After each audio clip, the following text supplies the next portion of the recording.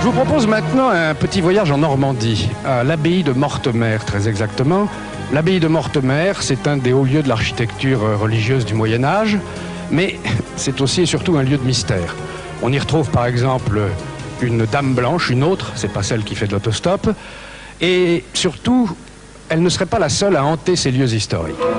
C'est à 100 km de Paris que fut bâtie la première abbaye cistercienne de Normandie, Mortemer, haut lieu de l'architecture religieuse du Moyen-Âge.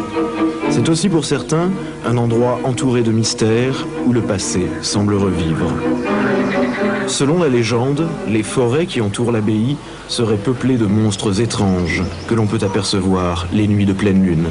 Lucien Janez est certain d'avoir vu ces créatures en 1945, alors qu'il n'avait que 10 ans. J'ai été surpris par un bruit inhabituel. C'était comme des plaques de cuir qui se détendent, vous voyez. Et donc je me suis présenté vers le bruit et j'ai aperçu un groupe de bêtes assez étonnantes.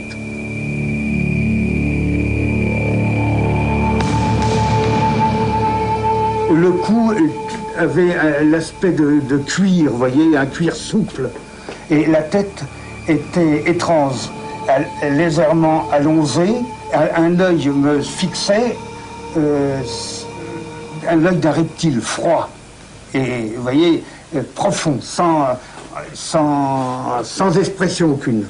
Mais il y a aussi une autre figure du passé qui depuis 8 siècles hante Mortemer. C'est Mathilde, celle qu'on appelle la Dame Blanche. Petite fille de Guillaume le Conquérant, elle fut emmurée par son père, Henri Ier. Certains l'ont vue ou entendue, comme ce témoin, en août 1986.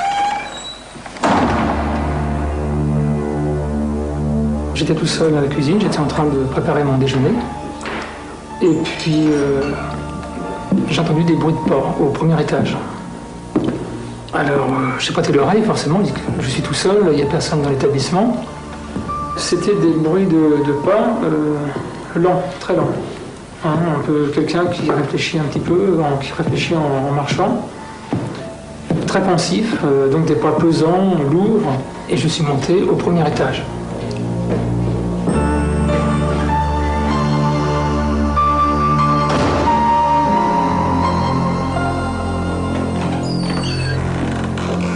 Et je n'ai vu donc personne, pas même qui vive. Je me suis mis à penser à un phénomène, disons, un peu anormal en quelque sorte. Entendre des bruits de pas et ne voir personne, c'est quand même pas... c'est pas courant, et puis ça ne me paraît pas normal, hein, de toute façon. C'est un phénomène certainement lié à l'abbaye, ou un phénomène un peu paranormal. Aujourd'hui, on peut visiter l'abbaye et l'on dit que le fantôme de Mathilde veille sur Mortemer. Mais les employés ont signalé d'inexplicables pannes de voiture et même quelques accidents. Serait-ce la Dame Blanche qui les provoque afin de décourager ceux qui viennent troubler la sérénité des lieux ? Ça faisait presque 9 ans que j'étais ici et j'avais pas encore eu mon accident, quoi. Sur le fait, j'ai pas pensé à Mathilde, pas du tout. Mais après, bon, pendant mes arrêts de travail, j'ai pensé que bon, c'était... Il y avait beaucoup d'accidents ici, quoi. Vous avez le droit de parler, mais souvent, on leur lit un petit évangile... Nombreux sont ceux qui ne voient que rumeurs et légendes dans les mystères de l'abbaye. Et pourtant, il y a une légende à Mortemer qui, pour certaines femmes, est devenue réalité. La légende de la fontaine Sainte-Catherine. Cette eau a un pouvoir magique. Elle permet aux demoiselles de trouver un mari dans l'année. Plusieurs d'entre elles viennent ici pour le trouver, elles y jettent une pièce de monnaie ou une épingle à cheveux. Et plusieurs jeunes filles sont venues me présenter leur mari. Elles avaient trouvé celui-ci au cours de l'année. J'étais seule avec un enfant, sans espoir. J'ai jeté une pièce d'argent dans la source Sainte-Catherine en 87 et je me suis mariée dans l'année 88. Décembre 89. Je suis venue jeter une pièce dans la fontaine des vœux sans y croire. Je reviens avec mon vœu exaucé aujourd'hui.